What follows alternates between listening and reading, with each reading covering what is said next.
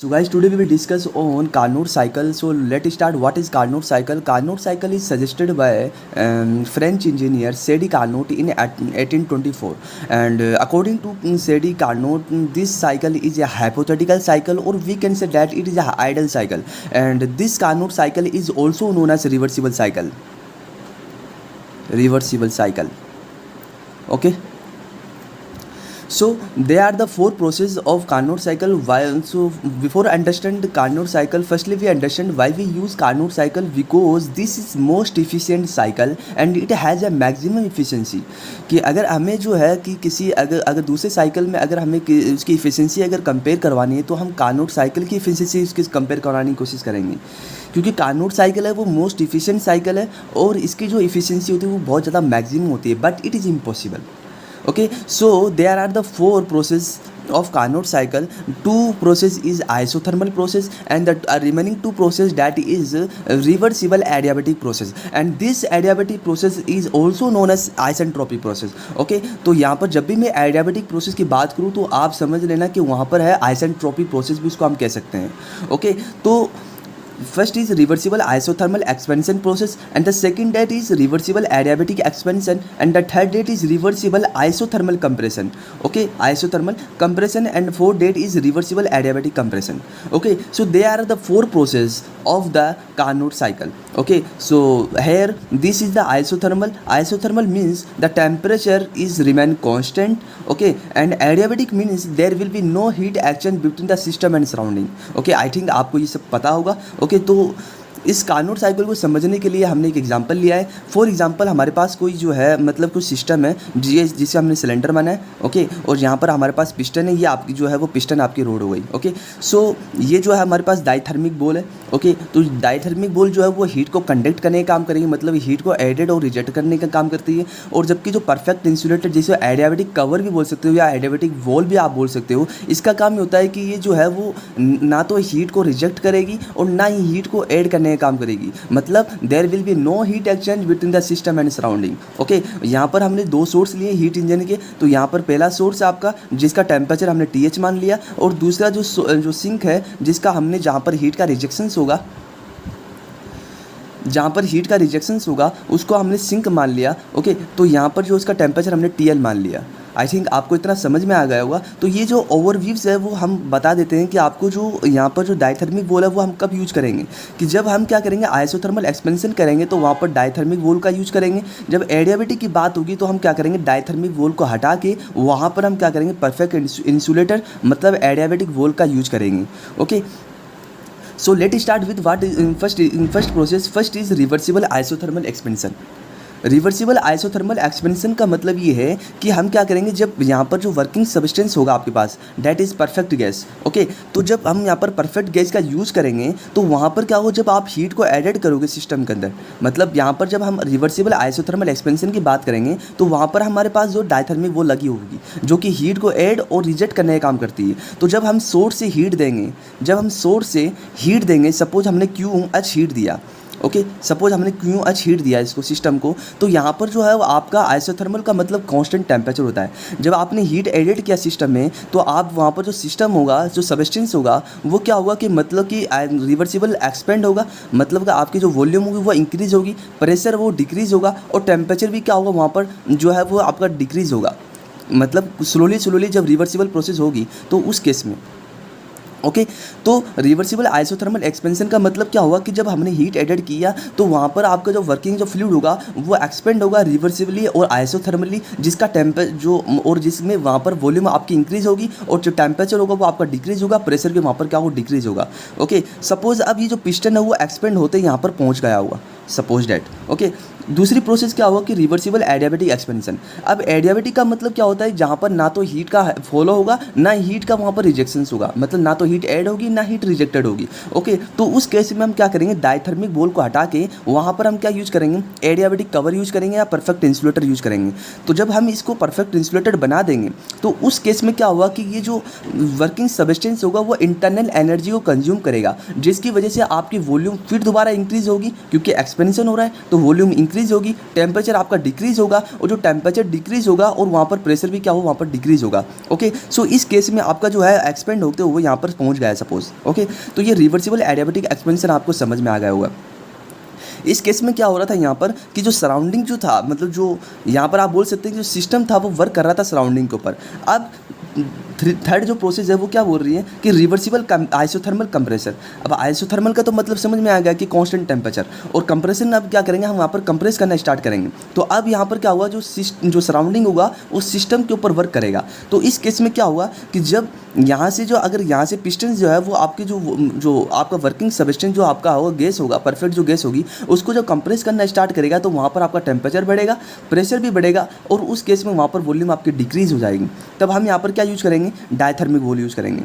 Okay, तो जब यहाँ पर जो कंप्रेशन की वजह से जब वर्किंग फ्लूइड का टेम्परेचर बढ़ेगा तो वहाँ पर हीट जो है वो ये क्या करेगा, यहाँ से रिजेक्ट कर देगा, जिसको हमने QL यहाँ पर हीट बोल दिया। QL हीट को क्या करेगा, रिजेक्ट कर देगा यहाँ पर। ओके, फिर फोर्थ प्रोसेस में क्या हो रहा है कि reversible adiabatic compression. Reversible adiabatic compression का मतलब यहाँ पर हम क्या करेंगे, अब यहाँ पर इसको दोबारा क्या करें, डायथर्मिक वॉल को हटा के एडियाबेटिक कवर लगा देंगे। जब एडियाबेटिक कवर लगाएंगे तो फिर ये और कंप्रेस कर देगा वॉल्यूम को, जिसकी वजह से वॉल्यूम वहाँ पर डिक्रीज हो जाएगी, और जो टेम्परेचर होगा वो आपका दोबारा राइज हो जाएगा, और जो दोबारा पहला जो इनिशियल टेम्परेचर था उसको दोबारा क्या कर लेगा, वो यानी कि रीगेन कर लेगा। ओके, सो आई थिंक आपको ये एग्जाम्पल से समझ में आ गया होगा कि जब आइसोथर्मल एक्सपेंशन यूज करेंगे, आइसोथर्मल कंप्रेशन यूज करेंगे, तब तो हम डायथर्मिक वॉल यूज करेंगे, और जब एडियाबेटिक एक्सपेंशन और एडियाबेटिक कंप्रेशन जब प्रोसेस होगी तो उस केस में एडियाबेटिक जो है कवर या फिर आप उसको परफेक्ट इंसुलेटर जो है वो हम इसे यूज करेंगे, क्योंकि आपको पता है कि आइसोथर्मल के अंदर टेम्परेचर कांस्टेंट होता है, और एडियाबेटिक प्रोसेस के अंदर क्या हो कि ना तो हीट एक्सचेंज होगी between the system and surrounding के बीच में। आई होप आपको इतना समझ में आ गया होगा। अब हम PV डायग्राम और TH डायग्राम से इसको समझने की कोशिश करते हैं। तो हमारे पास यहाँ पर PV डायग्राम दे रखा है, मैंने इसको पहले से बना लिया। ओके, ताकि आपको मतलब ज़्यादा जो है वो लेक्चर ज़्यादा लंबा ना हो, इसलिए मैंने यहाँ पर पहले से बना लिया। तो PV डायग्राम के अंदर हमने सबसे पहले प्रोसेस की बात की थी। ओके, तो यहाँ पर हमने बोला कि सपोज मान लीजिए PV डायग्राम है, तो फर्स्ट प्रोसेस हमारे पास क्या थी, आइसोथर्मल एक्सपेंशन। जहाँ पर हमने बोला कि आइसोथर्मल एक्सपेंशन के केस में क्या हुआ कि यहाँ पर देखिए कि प्रेशर जो होगा वो आपका क्या होगा, डिक्रीज होगा। तो यहाँ पर जो प्रेशर दिख रहा है आपको वो डिक्रीज हो रहा है, टेम्परेचर भी डिक्रीज हो रहा है, मतलब बहुत नेग्लिजिबल टेम्परेचर डिक्रीज होगा यहाँ पर, और वॉल्यूम आपकी क्या होगा वहाँ पर इंक्रीज होगी। ओके, तो इस केस में आइसोथर्मल एक्सपेंशन हो गया। उसके बाद में एडियाबेटिक एक्सपेंशन हो रहा था, जहाँ पर कोई भी यानी कि हीट का जो है वो यानी कि ऐड हो रहा, एडिशन हो रहा, ना वहाँ पर रिजेक्शन हो रहा था। ओके, तो एडियाबेटिक एक्सपेंशन हो गया। उसके बाद में जिसकी वजह से वहाँ पर जो एडियाबेटिक एक्सपेंशन हो रहा था वहाँ पर आपका टेम्परेचर जो है बहुत ज़्यादा डिक्रीज हो रहा था, तो वहाँ पर जो टेम्परेचर होगा वो यहाँ पर डिक्रीज हो गया। फिर हमने क्या किया, आइसोथर्मल कंप्रेशन किया, जहाँ पर आपका वॉल्यूम डिक्रीज हुआ, प्रेशर इंक्रीज हुआ, टेम्परेचर फिर दोबारा इंक्रीज हुआ। और उसके बाद में जो फोर्थ प्रोसेस एडियाबेटिक कंप्रेसर, जहाँ पर हमने एडियाबेटिक कवर का यूज़ किया, तो उस केस में वहाँ पर जो है वो टेम्परेचर दोबारा रीगेन हो जाएगा, और वो टेम्परेचर आपका दोबारा है हाई टेम्परेचर यहाँ पर आ गया। तो यहाँ पर जो टेम्परेचर था वो यहाँ पर आपका लो टेम्परेचर था। ओके, आई होप आपको PV डायग्राम से समझ में आ गया होगा कि जो प्रोसेस है वो किस प्रकार, ये जो कर्व जो इस प्रकार क्यों बना है, क्योंकि ये जो है वो आइसोथर्मल कर्व है, ये जो है वो आइसोथर्मल कर्व है। ओके, तो इस प्रकार ये स्लोप जो बनाया हमने वो आइसोथर्मल कर्व का बनाया है। ओके, जहाँ पर ये एडियाबेटिक एक्सपेंशन हो गया है, ये आपका एडियाबेटिक कंप्रेशन हो गया है। आई होप आपको समझ में आ गया होगा। अब हम TH डायग्राम से समझते हैं इसको। तो TH डायग्राम में क्या था, पहले हमारे पास प्रोसेस थी वो हमारे पास क्या थी कि आइसोथर्मल एक्सपेंशन प्रोसेस थी। तो जब आइसोथर्मल की बात होगी तो यहाँ पर जो TH डायग्राम, ये T है, ये एंट्रोपी यहाँ पर हो गया, टेम्परेचर और एंट्रोपी डायग्राम। ओके, तो यहाँ पर जब हमारे पास जो प्रोसेस फर्स्ट थी तो उसमें हमने बोला आइसोथर्मल प्रोसेस। ओके, तो आइसोथर्मल का मतलब टेम्परेचर कांस्टेंट। तो 1 से 2 कंडीशन जहाँ पर हम हीट का एडिशन कर रहे थे, जब हीट का एडिशन करेंगे तो वहाँ पर टेम्परेचर आपका रिमेन कांस्टेंट था। ठीक है, तो टेम्परेचर रिमेन कांस्टेंट यहाँ पर होता है, थोड़ा बहुत मतलब फ़र्क होता है, डिफरेंस आता है टेम्परेचर के अंदर, लेकिन यहाँ पर हम जो है उसको कांस्टेंट लेके चलते हैं यहाँ पर। ठीक है, तो यहाँ पर 1 से 2 जब हम हीट का एडिशन कर रहे थे तो उस टाइम क्या हो, आपका टेम्परेचर कांस्टेंट था। 2 से 3 condition adiabatic process, adiabatic process के केस में क्या हो, टेम्परेचर आपका डिक्रीज होगा वहाँ पर। उसके बाद 3 से 4 कंडीशन जहाँ पर हीट का रिजेक्शन हो रहा था। ठीक है, जहाँ पर आइसोथर्मल कंप्रेशन जब हम कर रहे थे तो वहाँ पर हीट का रिजेक्शन हो रहा था। तो वहाँ पर जब हीट का रिजेक्शन होगा तो वो मतलब हमें जो कांस्टेंट टेम्परेचर के ऊपर। उसके बाद में हमने बोला कि 4 से 1 प्रोसेस जो थी वो हमारे पास जो थी रिवर्सिबल एडियाबेटिक कंप्रेशन, जहाँ पर आपका जो टेम्परेचर दोबारा वहाँ पर जो है वो इंक्रीज हो रहा था। ओके, दोबारा रीगेन कर रहा था आपका। ओके, सो आई होप ये आपको समझ में आ गया होगा। तो ये 1 and 2, तो यहाँ पर मैंने बोला कि टेम्परेचर होगा, यहाँ पर जो टेम्परेचर दोनों 1.2 पॉइंट पर टेम्परेचर कांस्टेंट होगा और 3 और 4 पर टेम्परेचर आपका कांस्टेंट होगा। सिमिलरली एंट्रोपी जो होगी वो S1 = S4 के बराबर हो जाएगी, क्योंकि इस पॉइंट पर एंट्रोपी वहीं इस पॉइंट पर एंट्रोपी होगी। सिमिलरली यहाँ पर 2 और 3 पॉइंट के हमें पता चल गया, यहाँ पर S2 = S3। ओके, सो अब यहाँ पर हम इफिशियंसी निकालने की कोशिश करते हैं कि इफिशियंसी यानी कि is equal to work done upon में हीट सप्लाई। ओके, तो वर्क डन कितना हो रहा है यहाँ पर कि हमने जो हीट जो हमने यहाँ पर जो हीट सप्लाई की वो यहाँ पर एच जो हीट है एडिशन जो कर रहे थे उसको हमने QS से मान लिया। ओके, सो यहाँ पर जो है वर्क डन अपॉन में Q हीट सप्लाई जो हमने की, वर्क डन क्या होगा कितना हीट हमने सप्लाई किया था और कितना हीट है वो रिजेक्टेड हुआ अपॉन में QH।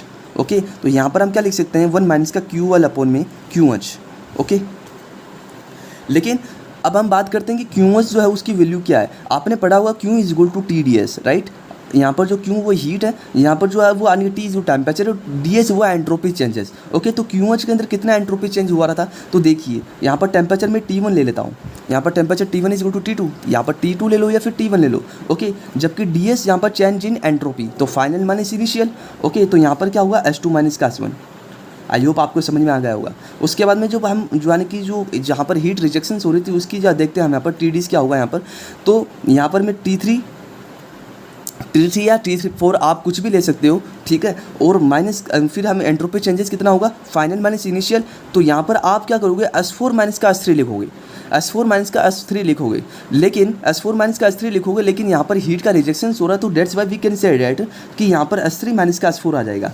ओके, सो अब जब हम ये वैल्यू को पुट लिख रहा हूँ अब, ओके, तो इफिशियंसी क्या हो जाएगी 1 - QL, तो यहाँ पर हमारे पास जो तो QL की वैल्यू जो थी वो T3 और S3 - S4 आ गया यहाँ पर। ओके, जबकि यहाँ पर QH जो हीट एडिशन हो रहा था वो कितना है T1 और S2 - S1 है यहाँ पर। ओके, और आपको पता है यहाँ पर कि जो S2 का यहाँ पर जो वैल्यू जो है S3 जो है वो S2 के बराबर है। यहाँ से देखिए S3 जो है वो S2 के बराबर है और S4 जो है वो S1 के बराबर है, राइट। तो इस केस में क्या होगा यहाँ पर इफिशियंसी जो होगी आपके पास वो क्या आ जाएगी यहाँ पर 1 - T3 अपॉन में T1। ओके, कई बच्चों तो इसलिए यहाँ पर जो डाउट होता है कि यहाँ पर T2 क्यों नहीं आया, क्योंकि हमने यहाँ पर जो प्रोसेस जो ली है वो T3 यहाँ पर T3 मान के चला है इसको, कि यहाँ पर जो लोअर टेम्परेचर है वो T3 है और जो या फिर T4 बोल सकते हो, जबकि अपर टेम्परेचर आपके पास T1 है T2 है, ठीक है। तो इस केस में यहाँ पर अगर इफिशियंसी देखा जाए तो 1 - T3 upon T1, that's why we can say that कि T3 यहाँ पर जो आपका वो लोअर टेम्परेचर यहाँ पर सिंक्स पे जो सिंक का टेम्परेचर होगा, ये सोर्स जो टेम्परेचर हमारे पास है वो T1 टेम्परेचर हम लेके चल रहे हैं यहाँ पर। ओके, आई होप आपको समझ में आ गया होगा। नेक्स्ट वीडियो जो है वो मैं यहाँ पर जो लॉ ऑफ थर्मोडायनेमिक्स जो है, जो सेकंड लॉ ऑफ थर्मोडायनेमिक्स है उसके ऊपर लेके आने वाला हूँ। सो अगर आपको अच्छा लगा हो तो प्लीज़ मेरे चैनल को लाइक कीजिए, सब्सक्राइब कीजिए और अपने दोस्तों के साथ शेयर कीजिए। Thank you so much.